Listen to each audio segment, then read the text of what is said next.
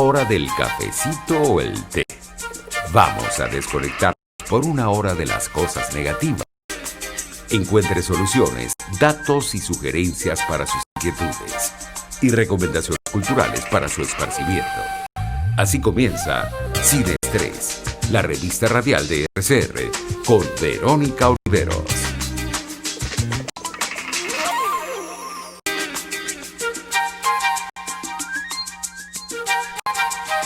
Muy buenas tardes a toda nuestra audiencia que nos acompaña, por supuesto, durante todo el día para estar pendiente de toda la programación de Radio Caracas Radio. Sabemos que esta es la hora en que nos desconectamos, cosas que nos agobian, que nos preocupan, que nos mortifican. Bueno, cualquier cantidad, así es. Y esta es la hora en que tomamos un poco de aliento, conocemos las cosas buenas que sí están ocurriendo y pasan en Venezuela. Así comienza Sin Estrés, la revista radial de Radio Caracas Radio. Quienes hacen posible este espacio: en la dirección general de la estación Jaime Nestares, en la gerencia de producción Willy Zarcaya, en la producción Juliet Córdoba, en los controles acá en el cambio de entre Gregorio González y Víctor, quien les habla, Verónica Oliveros. Ustedes pueden comunicarse con nosotros a través del Twitter de la emisora @RCR750, igualmente el Twitter del programa @SinEstrésRCR, por mi cuenta personal @VerOliveros en Instagram. Saludo muy especialmente a quienes nos acompañan dentro y fuera de las fronteras venezolanas por la radio que se ve, rcr.tv, también por Periscope en la cuenta RCR750 y por la aplicación TuneIn Radio en su smartphone para que nos lleve donde quiera. Allí pues nos encontramos. Y bien, comenzamos ya en la tarde de hoy a hablar de una institución en Venezuela histórica de finales del siglo XX, por supuesto, pero que ha estado ya en varias generaciones nuestras y es una parte fundamental de los 80s del siglo pasado para acá. Estoy hablando del Museo de los Niños. El Museo de los Niños, referencia obligada desde, si no me equivoco, bueno, y después acá a mi invitado le pregunto si no estoy equivocada, creo que del año 83, pues hemos tenido como parte de la formación académica, como parte del entretenimiento, como parte de la cultura, tenido como referencia al Museo de los Niños. Por supuesto, en esta situación de pandemia no escapa de se me fue la palabra, justamente, bueno, el no poder abrir en este momento, de las medidas de seguridad, por supuesto, que implican no poder visitar el museo precisamente por el aislamiento. Sin embargo, qué importante saber que el Museo de los Niños no está cerrado, están cerradas sus puertas, pero no la gente sigue trabajando. Y precisamente para hablar de eso, de la distancia nos une y el museíto está en pausa, pero no cerrado, pues tenemos vía telefónica a Darwin Sánchez. Él es el jefe de la unidad de educación del Museo de los Niños para comentarnos qué maravillas a través de las redes está justamente realizando el Museo de los Niños para ser parte también de la educación que nuestros hijos tienen a distancia y ahora que ya está terminando el año escolar también para ser parte de la diversión y de seguir expandiendo el conocimiento. Darwin, bienvenido. Verónica, muy buenas tardes, gracias por la invitación y bueno, un saludo a toda la gente que te escucha y que bueno, va a escuchar la difusión de las actividades que estamos haciendo. Muchísimas gracias. No, así es, y es que ciertamente es importante saber que el museo no está en stand-by, no está en pausa fuera de los muros, por supuesto, del edificio que está en Parque Central, sino que va mucho más allá de eso. Darwin, es así. ¿Cómo fue la idea precisamente cuando les dicen, miren, hay medidas de aislamiento, están en cuarentena, hay que cerrar el museo? Bien, fíjate que el museo, pues, así como muchas otras instituciones, son de estas que, pues, inmediatamente se decretó la cuarentena, sin pensarlo, debían cerrar sus puertas para evitarlo contagio, mucho más nosotros que trabajamos con niños. Así es. Inmediatamente tomamos las medidas de cierre evidente, el museo está bajo el cuidado y custodia de un personal mínimo que está en el mantenimiento y resguardo de las pertenencias, por supuesto el equipo de seguridad.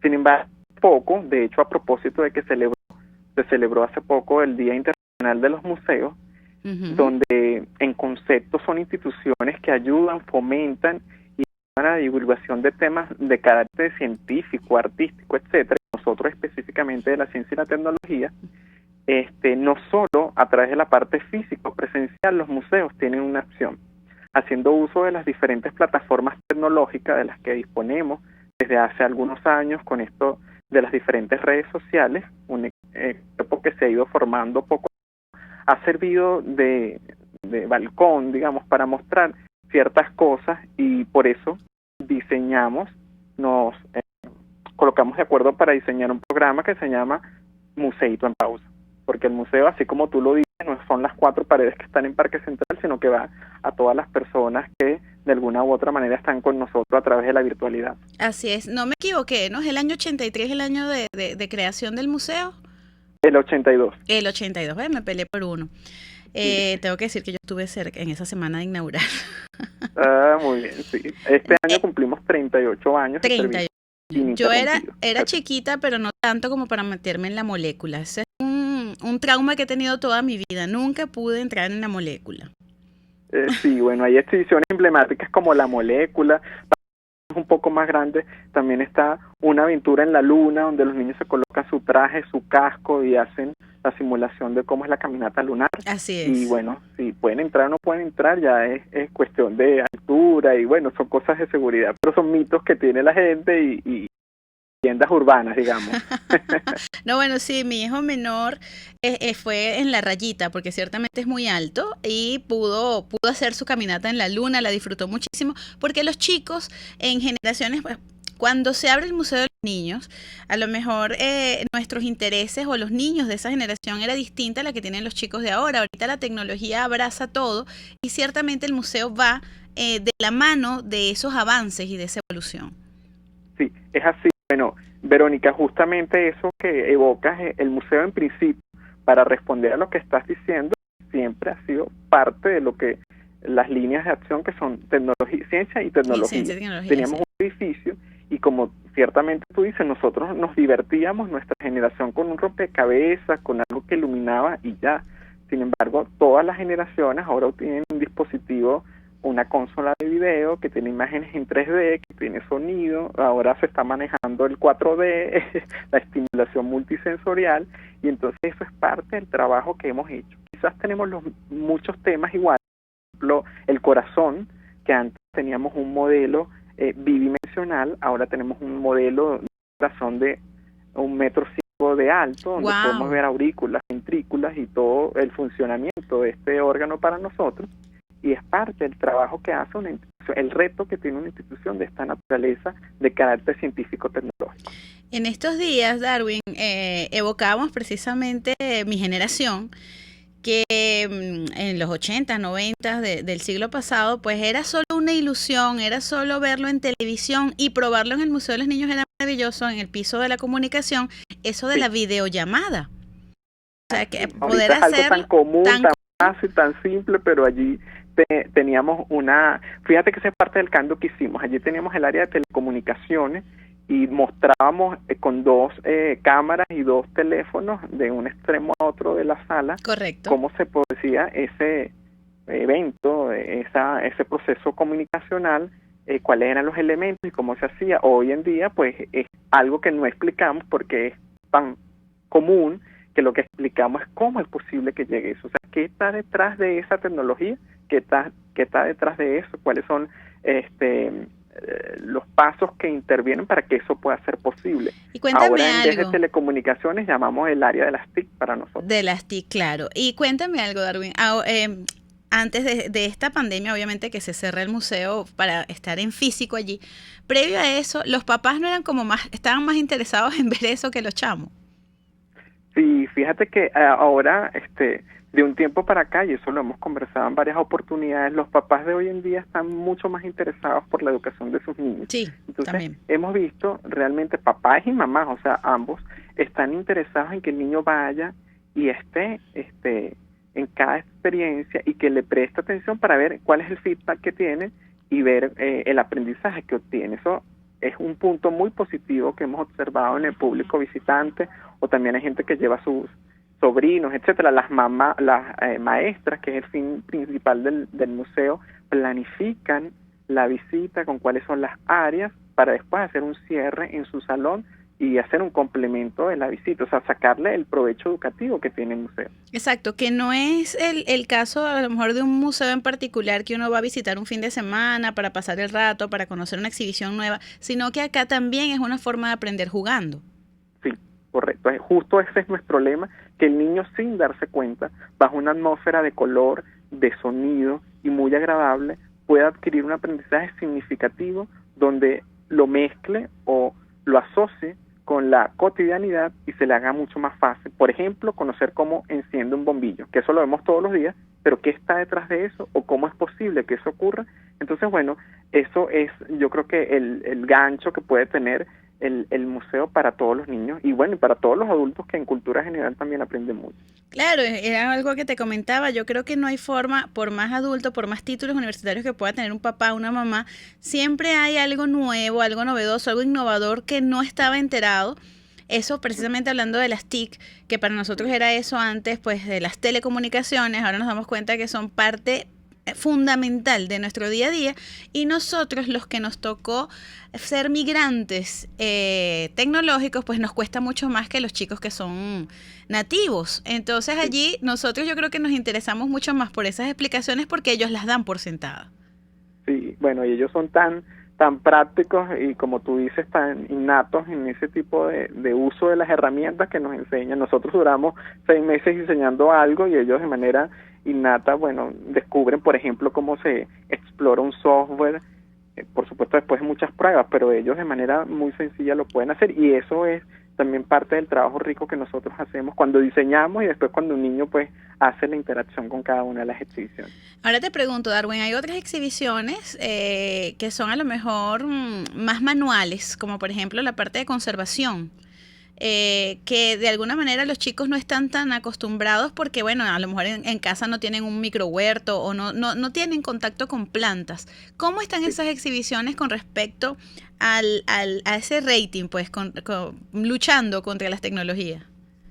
Sí, bueno, fíjate que el museo tiene un concepto bien grande donde hablamos de las diferentes ciencias. Uh-huh. Tenemos física, que quizás es una de las muy llamativas porque es donde está la molécula, donde está la camioneta, pero también tenemos comunicación donde están las TIC que tú mencionas y hemos incorporado también la realidad aumentada, televisión digital, tenemos biología con el cuerpo humano, todos sus órganos, aparatos y sistemas, pero una ciencia muy importante es la ecológica.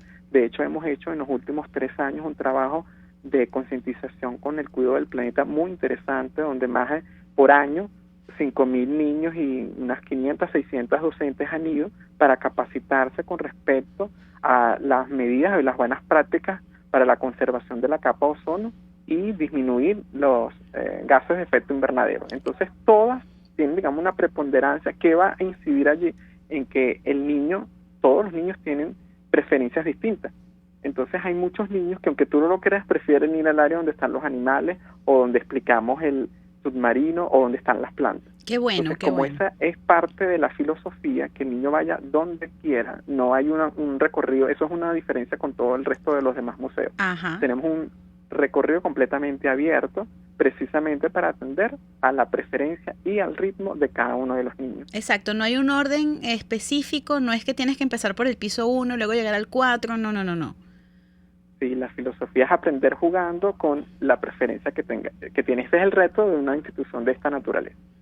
También recuerdo, sí, con muchísimo cariño esa exhibición del submarino, porque es algo que a lo mejor es mucho más complejo, no todo el mundo tiene la capacidad de buceo y ver todas esas cosas maravillosas que hay dentro del submarino, pues solo las podemos ver allí. Sí, allí tenemos unos dioramas donde explicamos en la última actualización que hicimos cuáles son las especies marinas que están más cerca en las costas venezolanas, qué es un naufragio, cómo es posible que un submarino pueda sumergirse y emerger, todo el proceso de inmersión y emersión, pues lo explicamos allí y por supuesto vemos el modelo del submarino que es bien interesante. Allí entonces vemos, dijiste algo bien interesante, no sé si lo entendí bien, estabas hablando de las maestras que se capacitan en ecología. Eso es parte del servicio que está prestando, bueno, en el momento que está abierto el museo, también entonces hay adiestramiento y capacitación para los docentes. Sí, nosotros tenemos, bueno, en principio tenemos programa macro que se llama Programa de Apoyo al Docente. Ahí se han formado a lo largo de 11 años más de 11.000 docentes. Y el objetivo fundamental, eso es una vez a la semana, por un lapso de 3 horas, y los docentes van a conocer el museo como una herramienta de apoyo al trabajo que se hace en el aula de clase. Y en paralelo, a veces se nos financian algunos programas, en particular que habíamos comentado, se llama Buenas Prácticas para el Uso Eficiente de los Recursos Naturales, y el tema de interés era la capa de ozono y el calentamiento global. Y las docentes se les daban algunas estrategias pedagógicas para que ellas pudieran abordar ese tema en su aula de clase. Seguidamente, ellos traían sus estudiantes para que reforzaran con las expediciones este tema. Nada más que es importantísimo en la capacitación y formación del docente, porque hay que recordar que todo docente debe vivir actualizado. Probablemente mucho de lo que aprendemos fuera de la universidad ya no lo aprendimos allí o no lo aprendimos en su momento porque probablemente no estaba en el tapete.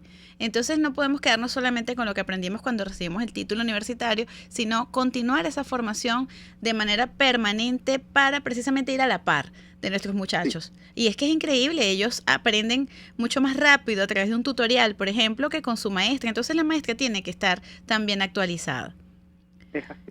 Bueno, y en parte de lo que estás diciendo, retomando la conversación central, que era el programa Museíto en Pausa, justamente eso es lo que estamos haciendo. Bueno, y precisamente que tenemos. Te lo voy a dejar ahí, porque estaba haciendo eso, estaba dando esa introducción para que el próximo bloque sea precisamente hablar del programa Museíto en Pausa, que es el tema central de nuestra entrevista. Sin embargo, aquí, miren, en el chat la gente está recordando esa maravilla de museo, que yo creo que es una de las cosas y una de las fuentes de orgullo que no podemos ni olvidar ni dejar perder. Y me alegro muchísimo que ustedes, la generación que sigue, ha mantenido ese amor por el Museo de los Niños. Entonces, al regreso, Darwin, vamos a hablar precisamente de ese programa.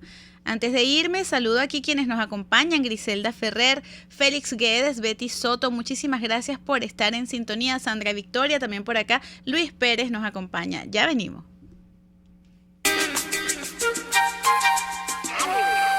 Ya regresamos con más de Sin Estrés, su revista en RCR.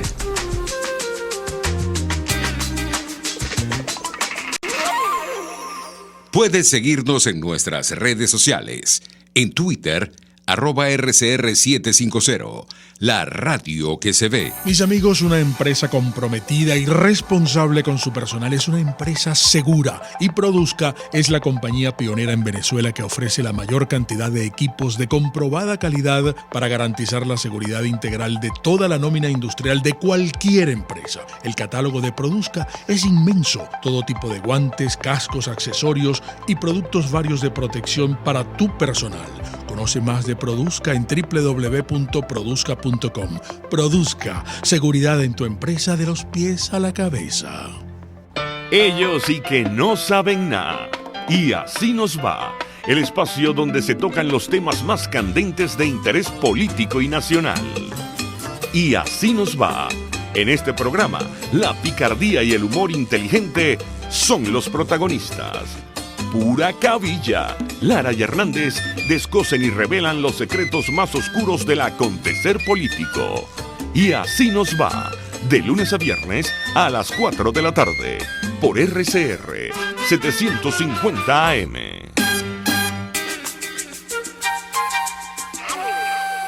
Hacemos un alto en la rutina, a respirar y disfrutar. Estás en Sin Estrés.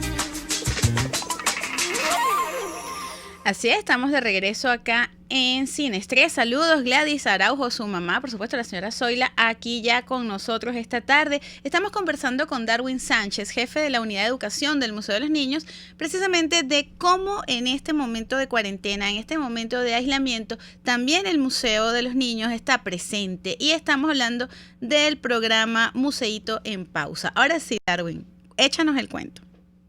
Sí, bueno, Museíto en Pausa justamente nace con la necesidad de mostrar a través de las diferentes plataformas un contenido fresco, pero además actualizado. Entonces, fíjate que hemos tenido varias etapas dentro de este programa. En principio tuvimos la etapa de concientización, donde hablamos acerca del cuidado y la protección para evitar el contagio del COVID-19, según los lineamientos de la Organización Mundial de la Salud.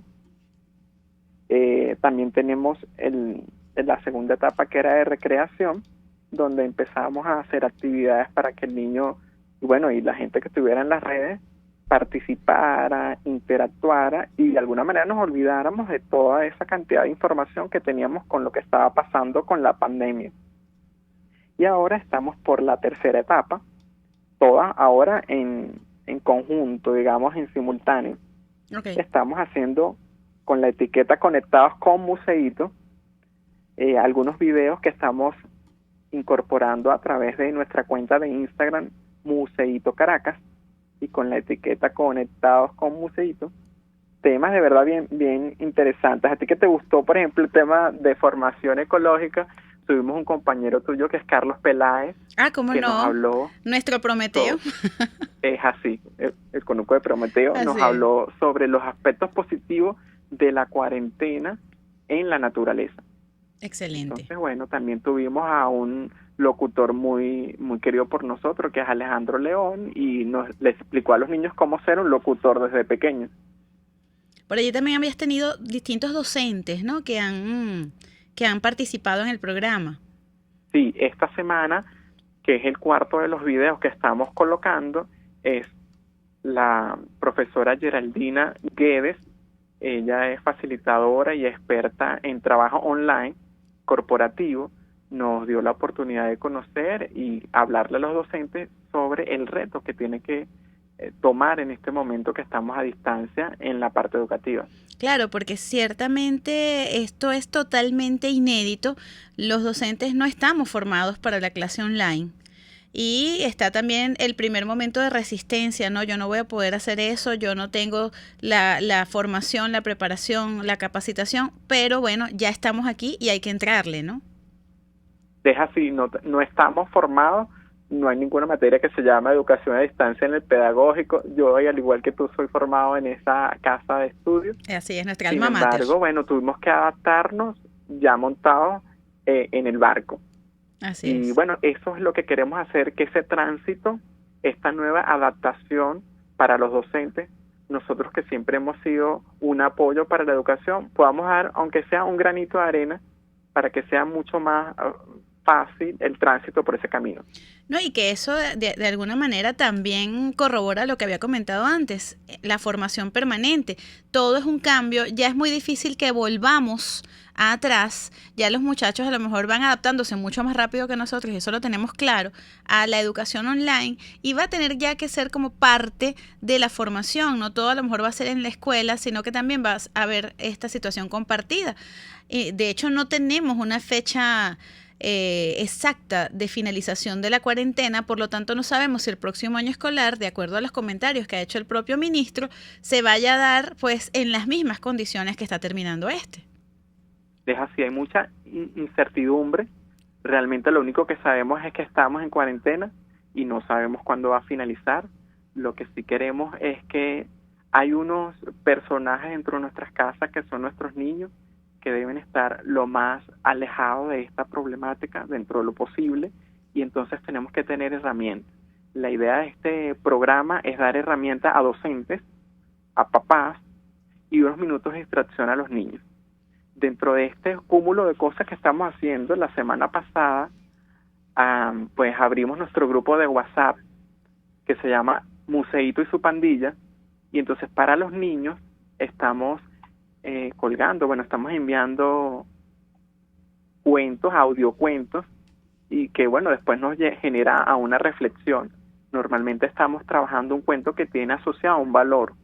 Entonces, nos lleva para que el niño pueda, un poco más allá de maravillarse con ese cuento leído, con una voz espectacular, pueda ver que hay más atrás de esa lectura que quiso decir el autor, y además invitarlo al mundo de la lectura. Además que este es un momento en que está finalizando el año escolar, los chicos están saturados probablemente de esta nueva forma de enviar las asignaciones, etcétera, etcétera, y los papás se están preguntando cómo mantener al niño interesado, pues, y no solamente colgado viendo videos en YouTube o jugando videojuegos, cómo mantener justamente esa formación, porque en condiciones normales el Museo de los Niños es parte de ese itinerario de visitas en vacaciones. Probablemente en estas vacaciones no vamos a poder hacerlo, pero entonces el museíto está yendo a nuestras casas.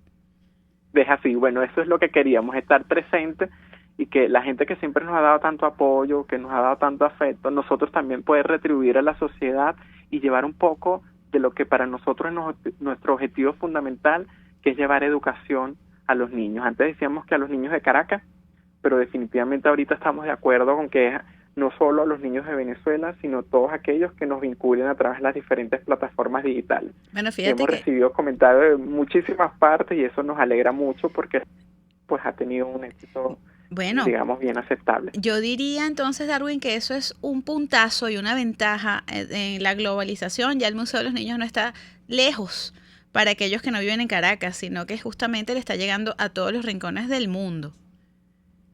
Correcto, a todo el mundo. Hay mucha sensibilidad con venezolanos que están fuera, pero gente que por los temas que estamos tratando, pues se está uniendo a nosotros porque les parece interesante, y eso pues nos alegra mucho como institución porque dice de lo que estamos haciendo es algo positivo y que es común para las naciones, para los pueblos, para la educación en todas partes. Estabas comentando que ya el grupo está formado. ¿Cómo se puede ingresar al grupo de WhatsApp? ¿Dónde están esas redes? Vamos a hablar un poquito de cómo conectarnos con las personas que nos están viendo y nos están escuchando.